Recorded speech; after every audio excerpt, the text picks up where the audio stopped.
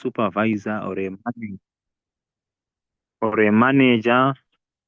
I don't think there will be a supervisor or a manager who can give bad reference while he used to work for them in a pro bono, yes, for free or so. So I think that's another way of entering the market. And I believe if the students, the recent graduates, if they could keep their jobs and they could showcase their skills, and it can be sort of a habit, and we can also open up for internship. In that way, you see organization doing posts and everything, looking for people for internship. That's what I think can help us. It's not much, but it's sort of no organization can disagree on this one. But a single person going to a certain organization to say, I'm here, I want to do pro bono, can be difficult for that person. You know, these minds, they want to keep their secrets. They don't just want anybody there. But Women in Mining Africa, the organization, going there as the bridge, connecting the organizations and the recent graduates and the women who are struggling to show their importance in the mining sector and in the metallurgical sector. Yeah, I think with that, we can go somewhere. That was part of my presentation. It was just a short one. I can see my network is sort of slowing down, so I don't want to end in a bad Thank you, Mr. network. Hlomula. Thank you Hand so over very much. to you. It was short, but it was very precise. Whereas I was getting emotional about the gap, you came in with the solution. And that is exactly the type of initiatives that we're actually looking for right now. I am going to ask Ms. Tshuma to excuse me with my waywardness. Ms. Tshuma is actually in the process of registering a Women's Skills Development Center, which I believe is going to be exactly what Mr. Hlomula was speaking about, the platform that will then stand as an umbrella to these recently graduated technocrats who are in waiting for employment. And whilst they come in through the Skills Development Center, not so much as to acquire skills, no, but as ambassadors to train the grassroots people, and also as our outreach program ambassadors to say they do have the skill set. Once they have the skills training programs and they've gone through maybe just a quick, rigorous appreciation session, they will be ready, more than ready, to go into the field, especially into the ASM, and stand to as a skills transfer, but also to market themselves and to get acquainted with the industry. It's a great honor working with people like Ms. Tshuma, because I can't speak about all her initiatives, otherwise I'm going to get fired and I will be taken off this platform. We're going to give her time to finish doing exactly what it is that she's doing, but there are powerful, powerful, powerful tools that are in alignment with Mr. Hlomula's recommendation. So we're going to get ready to bring Mr. Opio online now. I would also like to make a special mention to say we would like Mr. Mubu to take us into some of the stuff that he's doing in terms of what he's managed to found and the commodity space after Mr. Solomon Opio. We are sorry to spring this up on you, but we are seriously humbled to have somebody with your expertise on this platform. So please allow us to give you our platform after Mr. Opio so that you can just acquaint us and bless us with your talent. Mr. Opio, please take us through to how you're doing it in Kenya and what it is that you want to help us people in the South with. Welcome, Mr. Opio. Hello once again. Hope you're still doing well as you were doing when we started. So personally, like I told you, I've been so much into mercury abatement, and when we talk about mercury, yes, the women are face more of the danger of mercury. Like so, before we talk, I can talk about mercury abatement. Maybe let me talk about a bit about its effects, mostly on women and children. And yes, there are similar effects on men as well, but to the women, there are more. Like mercury works in this way. When it's evaporated or it spills on the ground, when it evaporates, mostly because it evaporates even at room temperature, that is about 20 to 25 degrees Celsius. It will still be evaporating in very low quantities. Like when it's kept in open air, we'll have about 0.04 milligrams per day of exposure. So let us say keeping it just like that in a day, in a closed room, poorly ventilated room, after a few days, that room will not be very healthy for people, because the minimum amount of mercury that should be even in our body, that should even be in their environment, should not exceed 0.1 milligrams. So this storage, number one, storage of mercury is also a very key factor. Now, when it gets into the body, either through mercury vapor or methyl mercury, when it spills and goes into rivers, the microorganism easily converts it into methyl mercury. So this methyl mercury also gets into our body when we eat fish from these water bodies, or even any other water or aquatic animals. When we eat them, we expose ourselves to this form of mercury. Now, mercury is, I think it could be the only or one of the few things that passes through the blood-brain barrier. There is a barrier between the blood and the brain that stops germs from entering the brain. Again, mercury also crosses the placental barrier. That is for pregnant women. Now, when these things cross these barriers, there are developmental issues on children. Things like slow learning and low IQ. These are some of the effects that will affect these children. And again, on women, mercury can cause stillbirth. Children also, it can also cause birth defects, several birth defects actually.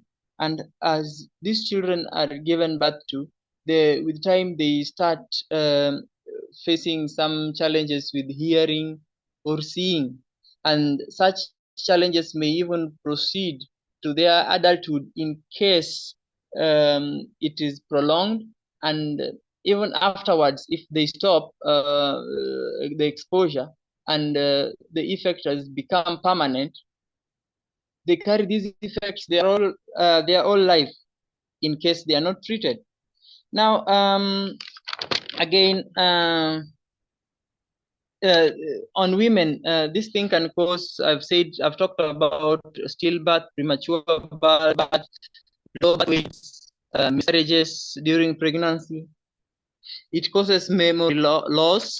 Again, when it enters the brain, that is when you find these people who usually the gold brokers the gold buyers at the site, you find after some time they start having some tremors. Their hands will be shaking, their head will be shaking. There's very high memory loss. Now, when we understand this about women down there at the sites, or generally the women handling this, and men and children that are also exposed, this is what brings us to the need for mercury abatement. Now, mercury abatement is just a general term used to refer to reducing mercury exposure or eliminating that mercury exposure.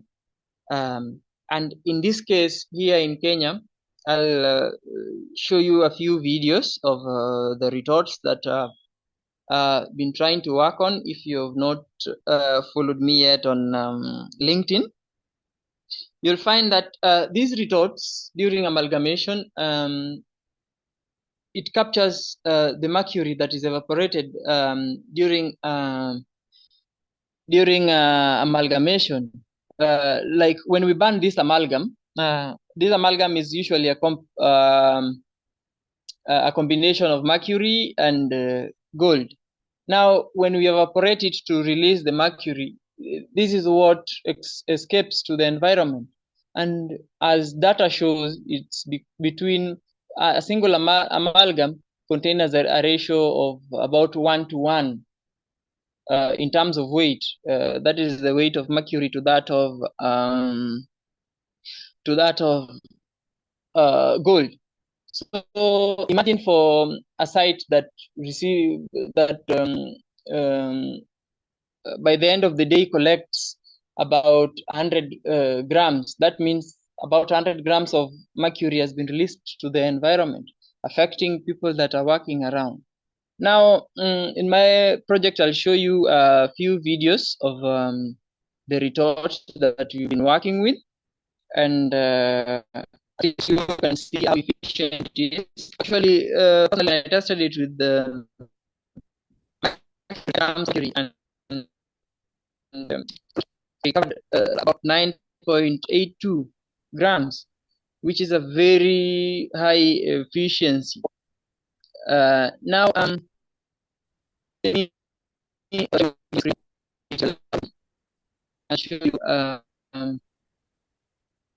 show you that.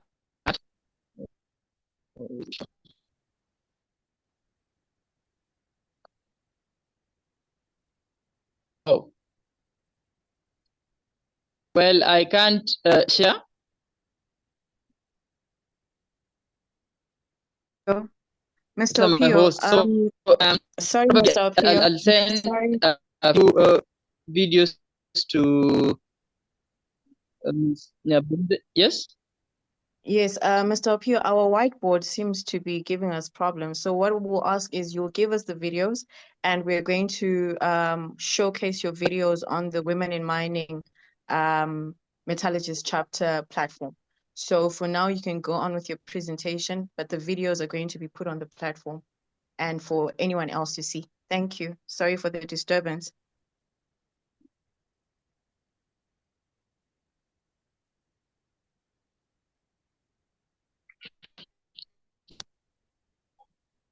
Hello, can you hear? We hear you, but you are coming in 5s and 6s. I'm not sure what is happening with your network right now. Please try again. Hello, can you hear me now? Yes, we can hear you now. Thank you. Please go ahead. Okay, I don't know where I lost you. You were speaking about the videos for the retorts that you wanted to post on the whiteboard, but then we've since said that we'll take the videos and we will post them on the Women in Mining Africa platform on the Metallurgist chapter, and we will also give people reference to your LinkedIn handle where they can actually see directly what it is that you're doing. Please go ahead, Mr. Opio. Okay, so there's I don't have to share, right? I don't have to share my screen. No, you don't have to share your screen currently. Thank you. Okay, thank you. So all these are the effects that the women there. Now, as you guys also proceed with this platform, it's also very important these women give them a very high priority.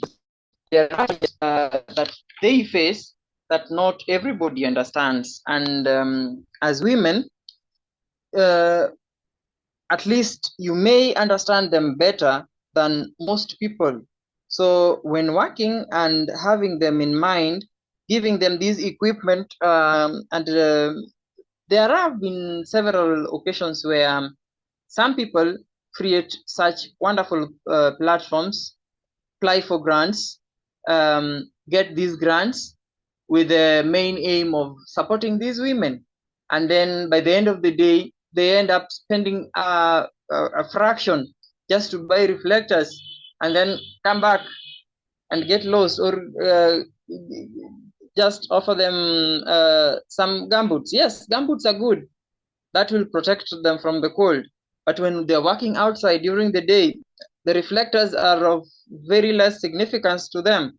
So when they're only given that to keep them cooperative and keeping them in the picture, while other people are using them for their personal gain, it's usually hurting. Because if you see a fellow woman hurting another woman or using another woman for their personal gains, what do they expect from men? Now, in as much as we need to support each other and we need to collaborate, it's also good to be transparent to them and also personally within the organization. Again, for women that are also entering this sector fresh, maybe from college, probably they did not go to college to study mining engineering because they know or they had the passion. Maybe they went to study mining engineering because they had some news that mining engineering is good, let's go do it. Or mining engineering is a well-paying job, go do it. Now, after school, if you do not focus, if you do not send yourself out there, if you do not try to be relevant, if you do not market yourself, it is very difficult to be absorbed in it. Now you have to prove that you understand this sector. You have to be out there in the field, even if you're not employed. Go there. The artisanal sites, they are free. Go there, offer some service, offer some training, talk to them. This puts you in the mining profile. This puts you in the national profile. It puts you in the national profile. Market yourself. Tell people what you're doing. Don't sit and wait to be employed. Don't sit and just wait to be favored just because you're a woman. Don't be entitled. Being a woman is not an academic qualification. So go out there, send yourself, do something, and you will be valued. You will be in the sector. Though there are some cases of discrimination, that one I've witnessed, but there are certain occasions where it is very difficult to assume you. It is very difficult to be biased against you. If you send yourself out there, you try to do something, create an impact, post it somewhere, create an impact, include it on your CV, use it.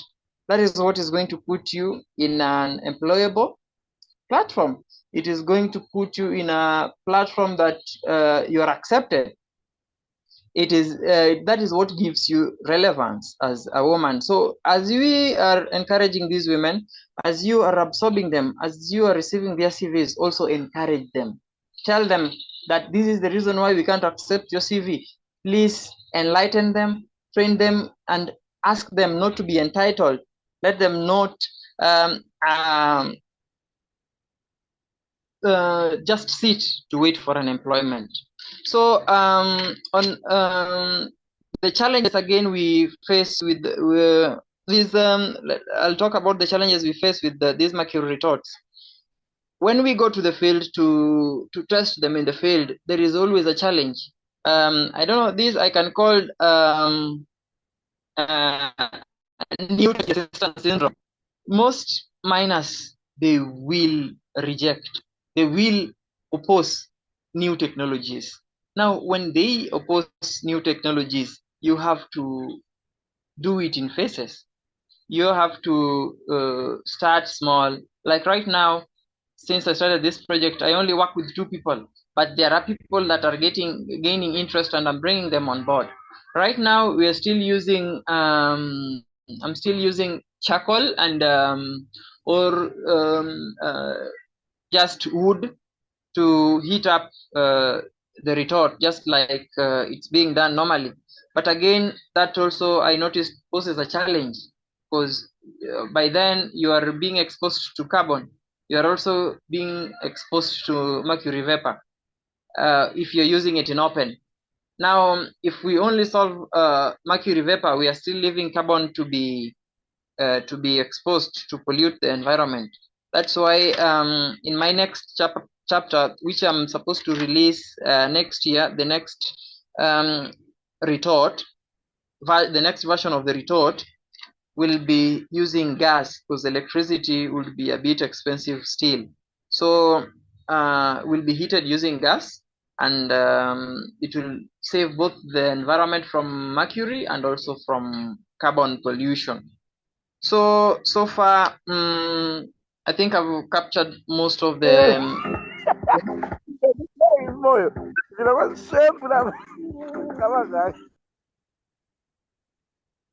So I think that's all for now I can talk about. Again, let me also talk about the field. There is this channel of exposure that includes mercury spills. How do we contain these mercury spills? How do we collect them? Do we let them flow? Now, on that, there are usually 4 things that I know can work. One is very much available. Some people use clay to collect the fine particles. But again, we can use sulfur powder. It burns with mercury to form mercury sulfide, which is a bit stable and less toxic. Again, zinc and sulfur powders, zinc and sulfur powders, and also copper powder. They form an amalgam with mercury, which once it's in amalgam form, it's very easy to collect. And then if the mercury spills in a collected area, there's also one, there are also 2 things that are very commonly available and very cheap. You can use practically syringes, plastic syringes, or even pipettes to collect this mercury. Now, when we make these women understand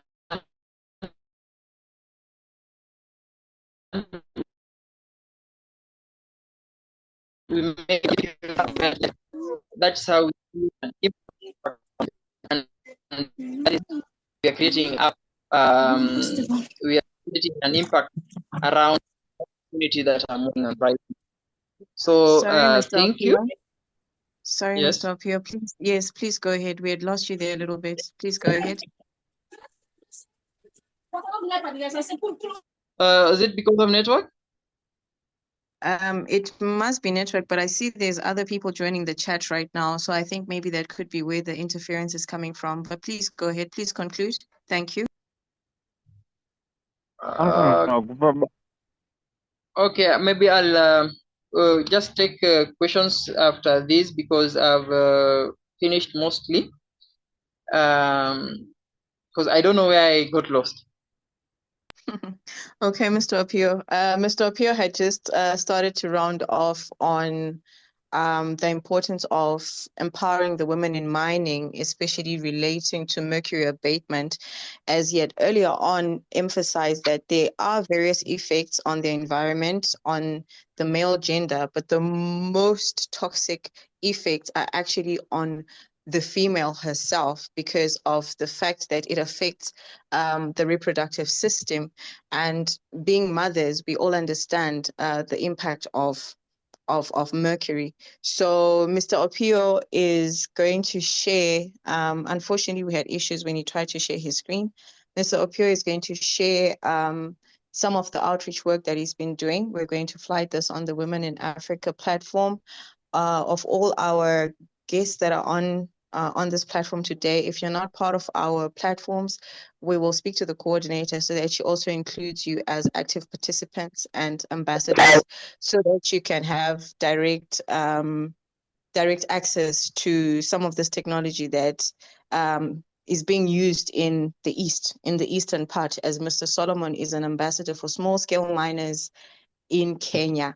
The last we did his census, Mr. Solomon had an influence over about 120,000 ASM miners, mixed genders, and his mercury abatement program has actually been accepted right through many communities.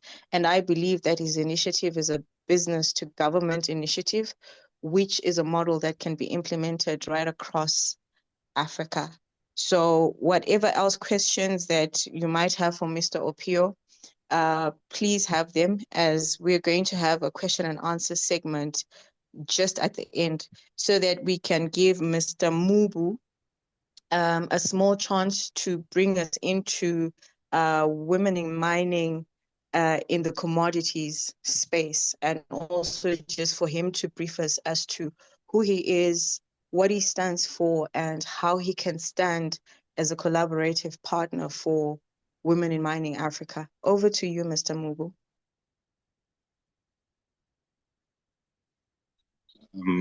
A good day to you all once again. Don't mind me, I've got a slight cold on me, but I hope you can all hear me. So like I previously alluded, I'm mostly into mining and leading a lot of small scale mining projects, and also working hand in hand with small scale and artisanal miners towards sustainable mining practices, towards fair mining laws, environmental awareness.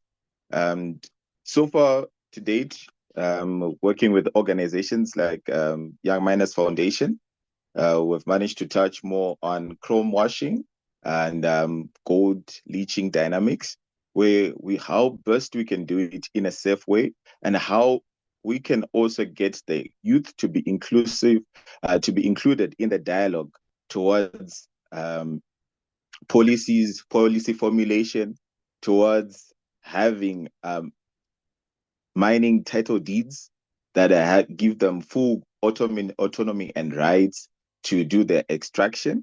And this has been the issues that are affecting most of the youth, and especially youth and women. And one of the things that I was, when I was preparing towards this meeting, as I was looking at the leadership journey of how a youth can get to be successful in mining. And it has been one that I reflect towards my own personal journey and how other youths have done it. And one of the things that I want to leave today to the people that are in the meeting is the importance of having a vision. You know, a vision is a blueprint to your destiny. It aligns you to everything that you are seeking to do, you are seeking to acquire and accomplish. And how so does it get to be the significant stepping stone? It gives you a clear and precise pathway towards how you're going to attain and how you're going to have relevance in the industry that you are, especially in the mining industry. So for one that is actually in a classroom right now, most people, if I relate and reflect back to the time that I was in college, most people wouldn't have had starting to think about what then comes after the classroom moment. Are we going to get the jobs we're looking for? How are we going to create an impact? And these are questions that literally, from the first time that a youth, a woman gets into a classroom, it is the kind of mentorship and guidance that is supposed to be exposed to us. If it literally gets to be a common occurrence in our classrooms, in our colleges, that we have regular mentorship programs, that gives us access to already people that are working in the engineering jobs, working in the policy formulations. It'll give us that insight towards how best can I be of use in this industry. Like I take this also from the previous speaker, Mr. Solomon. He actually talked more on relevance. How do you create your relevance in the industry? Such has been the limitations that we first, like in the youth and women, that we don't even know, apart from being trained to fulfill a job, but other opportunities that we can derive from this industry. So it has been a journey that from college, when now that job that you were training for, you haven't found it, it becomes now that limitation. And I would like to say that in that moment, that's the time that ideas and a clear vision comes into work. For me, I saw an opportunity in Zimbabwe that we've got a robust small-scale mining industry right now, and that is booming, and that is attributed to the greater part of mineral production in Zimbabwe, except for the major minerals, that is platinum and its group of metals. But when you talk about gold, when you talk about chrome, the small-scale miners are leading this charge. And it is something that I took, that all those people do it on a subsistence level. And most of them haven't attained any technical knowledge towards having safer and sustainable mining practices. So literally having this situation around us gave me a motivation to start working into consultants. Like I can take it also from Hlomula. They touched on pro bono. There are times when you have to work under a mentorship, and sometimes it won't even relate to you having a financial gain from it, but it will give you the necessary experience that you need to bridge between theory and practice and practical. So it is one of those fundamental steps that we need to take on our growth plan and timeline. And now moving on to other possible initiatives that I've seen that increase on our impact and participation as having constant joint ventures. There are a lot of organizations advocating for the inclusivity of the youth, women, and generally even the local populace to be formalized miners. These can create a loud voice, a trumpet, when we collaborate in hosting seminars and workshops that articulate towards child labor. Literally, my heart bleeds most of the time when I go through mining communities and societies. The cases of child labor, women abuse are very, very high. But when I then have to note it with the production that goes through and the kind of warfare that people are exposed to, it presents a huge gap that needs us to have joint ventures, collaboration, because the power of collaboration, it accelerates innovation, and also creates a larger pool of decision making.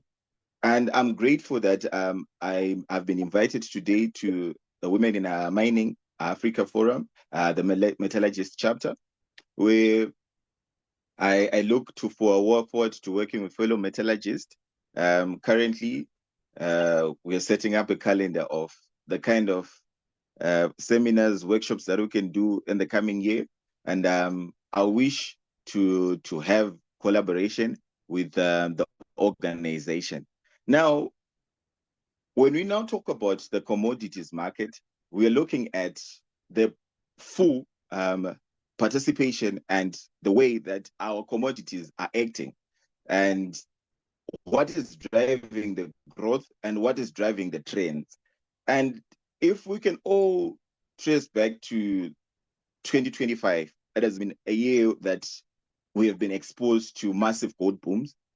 It takes us now to, as a young personnel, a woman that is interested into mining, it is those key indicators that we should always be looking at. If there is a gold boom right now, it means that there are obviously going to be more mines that are going to open. There's more involvement and engagement that is happening.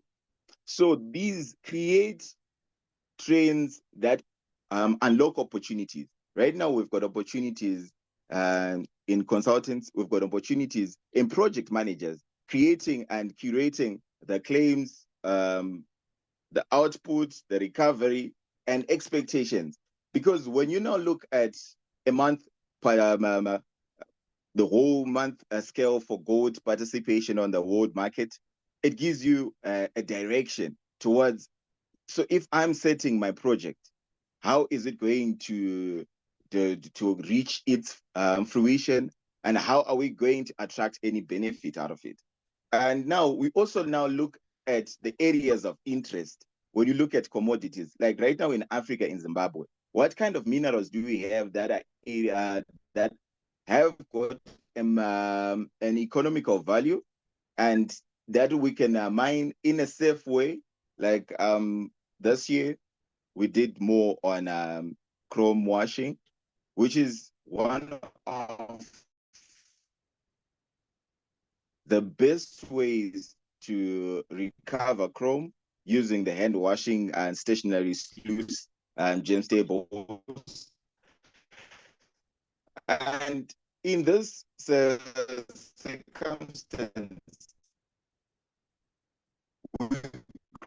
Mr. Mubu, we're losing you. I think your network and mining is in a the bit districts erratic. from Burwi, Ntorashanga, Lalapanzi, going to teach them on sustainable mining practices. That if you handle your project, you get to be on a formalized place. Let me pull back on that point. So I was articulating on the current initiatives that we have taken towards addressing the issues that are affecting the youth and when we now have to marry it with the market price, the world price, it then creates that boom that everyone wants to get to mining. But do you know how to mine? Do you know how to secure your investment before you invest to this? Such kind of guidance gives birth to successful ventures. And imagine if we have a collaborative approach and partnership with women in mining. Literally, most of the times, our projects or the limitations that women have, like literally, I saw sometime when it was said mining, gold mining, and there's that, all the mythical and beliefs that are there. But then when you look at the operational dynamics of mining, it's all something that is a hyperbole, that is an exaggeration that hasn't have any basis. So it is prudent now that as the chapter, there is more people that handle projects. There's more people that give people clarity on the steps that people have to make in terms of setting up a project, how to sustain a project, and how to make it successful. Give a better insight towards looking after the welfare of women currently in mining. Because you see, previously, when we hadn't done the initiative on chrome mining, most of the people that were getting into chrome mining, they were failing to meet their goals. They were failing to meet their standards. Very few would say that, I know it's a lucrative venture, because if it is done in a haste of marrying the award prize towards the full production, then there is a certain limitation if there are no technical skills that are there. And it presents an opportunity to now the people from the classroom. If you are ready and person that has been studying the trends of mining, fully equipped with the knowledge, then you'll be able to be of use to know and to direct people, to give guidance, and even to start your own projects. Because some other times we can look and wait for jobs and for opportunities. But at the same time, we can still be the very same people who can start our own mining projects, who can start our own the value chain addition that are there in the mining industry. So in a nutshell, I say that there is stronger power in collaboration for us to realize the fair treatment of women, and also the eradication of child labor and full inclusion of youths in mining in Zimbabwe. I look forward to be working well with the Women in Mining Chapter, Zimbabwe. Thank you very much. I'm Daryl Mubu. You can follow me on LinkedIn and also Southerton Business Times. Thank you very much. Thank you very much, Mr. Mubu. Seriously humbling, seriously insightful, and very relevant. When we speak about full value chain, I believe that today our meeting actually managed to encompass from the grassroots, the non-skilled miner, all the way to commodities, and on top of that, into the media space, because we believe that whatever it is that we're initiating and standing for, it needs an outreach. We need a voice. We need somebody that is going to be there within the media space to actually give us the relevance. And such a collaboration with you, Mr. Mubu, will be priceless in terms of us pushing our 7PPA agenda program. To those that do not know about the 7PPA agenda program, which is under Women in Mining Africa, we will definitely send it out to all of you. Basically, this is our 7-point program that our whole agenda is driven on. It is inclusive of policy and legislature. It is inclusive of sustainable mining. It is inclusive of gender equity. It is inclusive of legal and legislative movements and parameters. So it's a whole program that has come at the perfect timing as we transition into the fourth industrial revolution. I noticed that today we spoke about gold, we spoke about copper, we spoke about chrome, we even spoke about mercury, because mercury on its own is actually a mineral. So I believe today was a very insightful day, and it was all encompassing.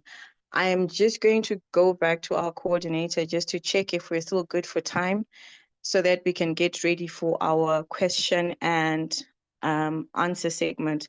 But before we go to that, we've got Mr. Madlela. So because the Small Scale Mining Initiative has decided to have ESG collaboration partnerships, we've got Abantu Green Cleaners, right? These are very young, enterprising people that are currently operating in the Zimbabwean rehabilitation and green space.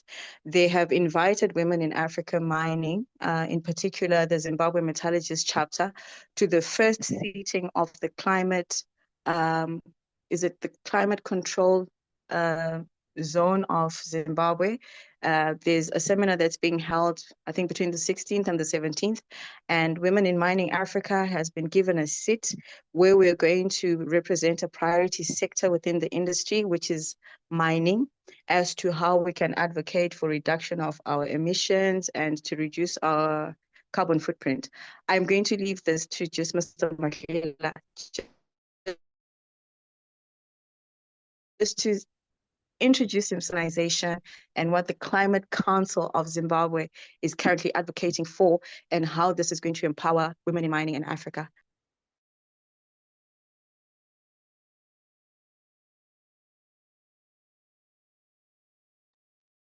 Okay, Mr. Madlela's mic is still on mute. I'm hoping that he'll come through much later. So for now, we'll just, oh, there we go. Welcome, Mr. Madlela. Hi, Shumba. Hi, how are you? I'm well, thank you. Please take the platform, introduce yourselves, what Abantu Green Cleaners are, and as an ESG collaboration partner for the small-scale mining initiative in Zimbabwe with particular interest to women in mining. And also please touch on the Climate Council of Zimbabwe, which is going to be seated in a week or so, and what it's going to address and how the women in mining are going to represent the platform. Thank you.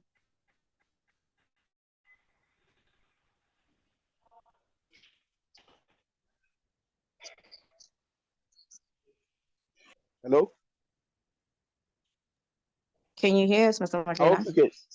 Yes, I can hear you. I hope you can hear me. Yes, we are hearing you clearly. Please go ahead.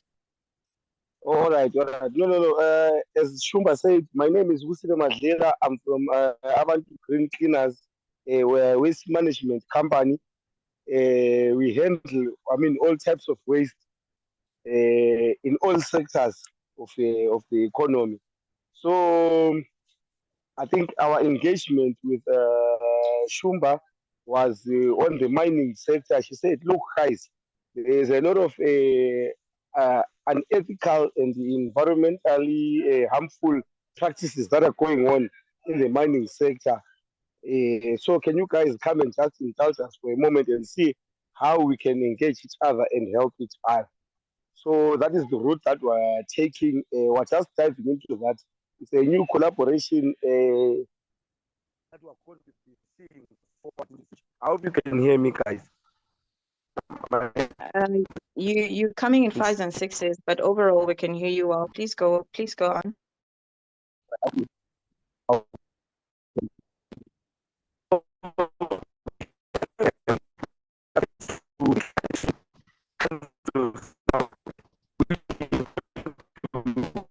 Sorry, Mr. Magela. Sorry, we can't get you. We can't get you at all.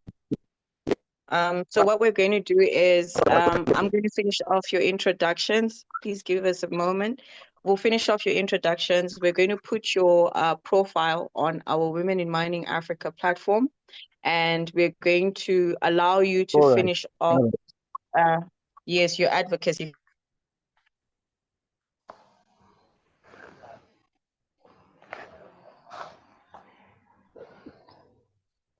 Yes, I can hear you. Yes, hello.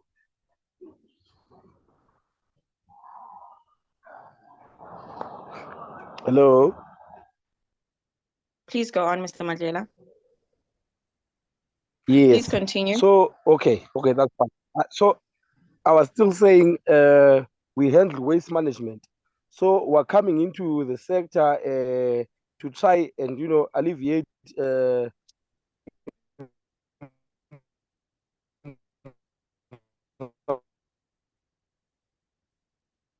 environmental damages. Women are more patient and, in terms of the issues of environment and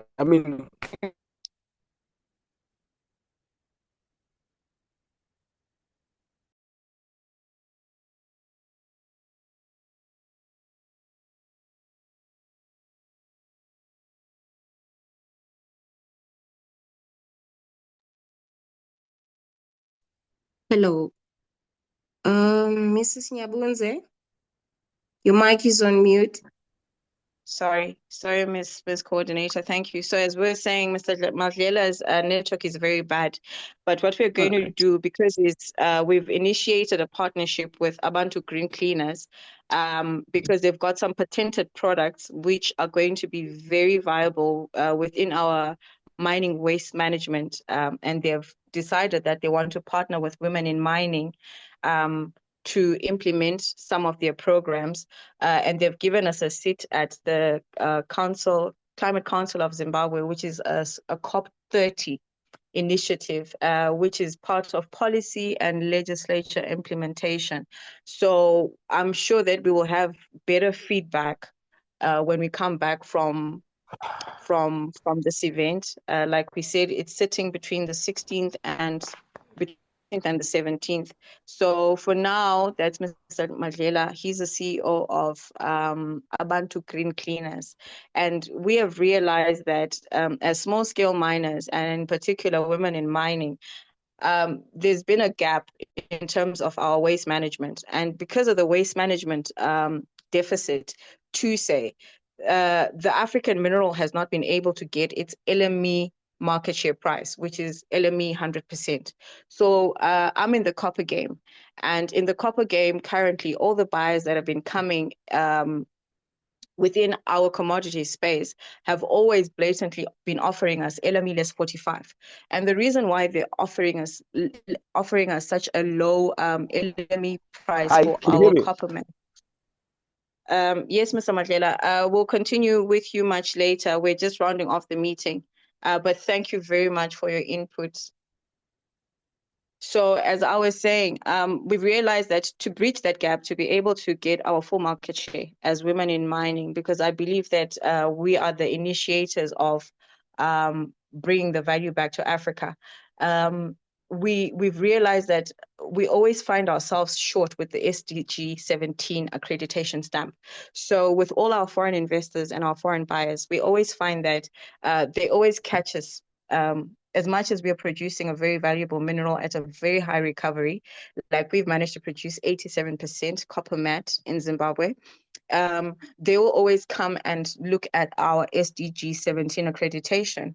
And Africa being Africa, this has always been where they get us. So as Women in Mining Africa, the Metallurgist Chapter, right, under Beth Hackerem, which is the organization that I founded, we decided to have an ESG collaboration partnership where we partner with organizations like Abantu Green Cleaners, because they are standing for reducing the carbon footprint and the emissions and waste management. They then stand in the gap as our ESG partnership holders, which then gives the African mineral its full value chain appreciation on the LME market. So I just needed us to briefly mention that. So I think it's been a very, very, very, very, very fulfilling meeting. And I'm going to hand over this meeting to the coordinator, who's going to open our Q&A session to all our speakers. I noticed that Secretariat had asked for all the profiles and the media for all the people that were presenting. I'm sure that the coordinator got hold of this, and it shall be done in full. You'll have all the profiles and all the blueprints and the papers that have been written, including Beth Hackerem's 2025 to 2026 growth strategy implementation. So thank you, Ms. Tshuma. I hand the platform back to you for our Q&A. Thank you. Thank you, Mrs. Nyabunze. Thank you very much. Now is the question and answer. If there are any questions, you can ask. You can put them in the chat section, if that's all right. Any question and answers?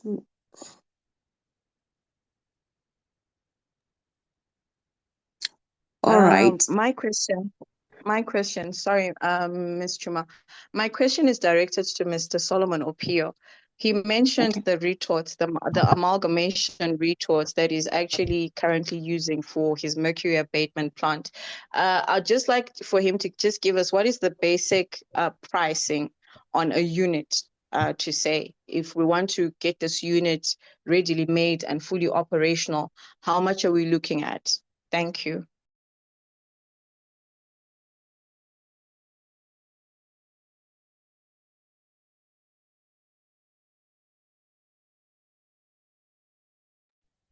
Mr. Opio.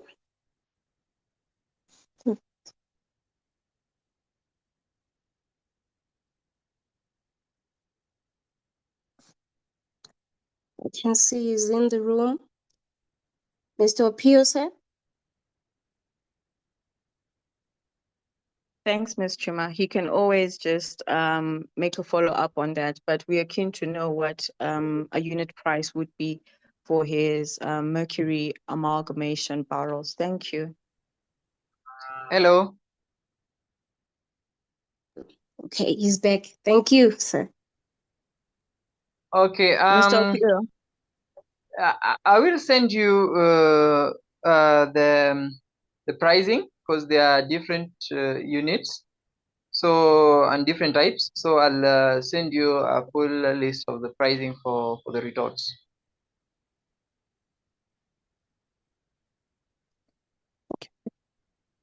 Is that okay?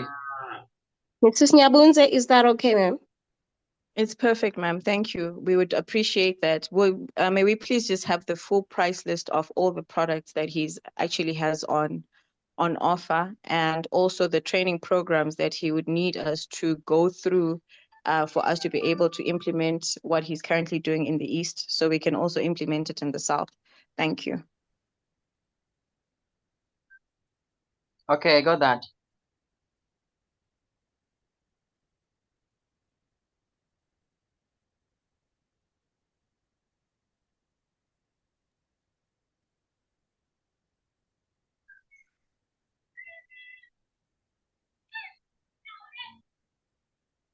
Mrs. Nyabunze? I don't think we've got too many questions. Whatever okay. else questions, I'm sure that they can be addressed directly on our platform. My request would be for all the new visitors that joined us today, if you could please also invite them onto our platform so that we can have a more interactive communication, because as technocrats, most of our stuff is very technical. So we are very different from, yes, we're very different from the guys that are in policy and legislature. So we want to see the SOPs, we want to see the MSDSs, and we also want to know about that brick that Mr. Opio has managed to produce from the tailings dam, which is non-toxic, which I believe is an amazing CSR community initiative. So as hosts, I believe that this has been a very fruitful session. I am not sure if there's any other point of agenda that you would want us to address currently, save to maybe give thanks to all our participants and maybe close off our session.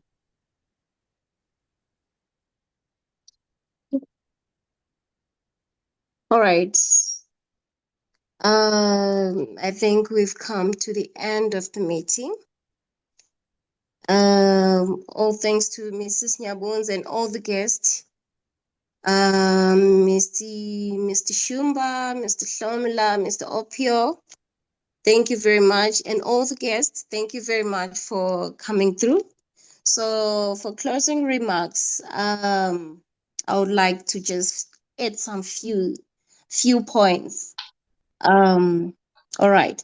So I think as we combine the power of women and youth and connect classrooms to careers, we advance, and also as we advance equality, we are building more than a workforce. We are building a legacy. The future of mining and metallurgy is inclusive, right? So it is innovative, it is sustainable, and it begins with us. I'm all about motivating and empowering. So that's all from me. Thank you all for coming. Thank you very much. we've come to the end of the meeting. Thank you so much. We can now leave the room. Thank you.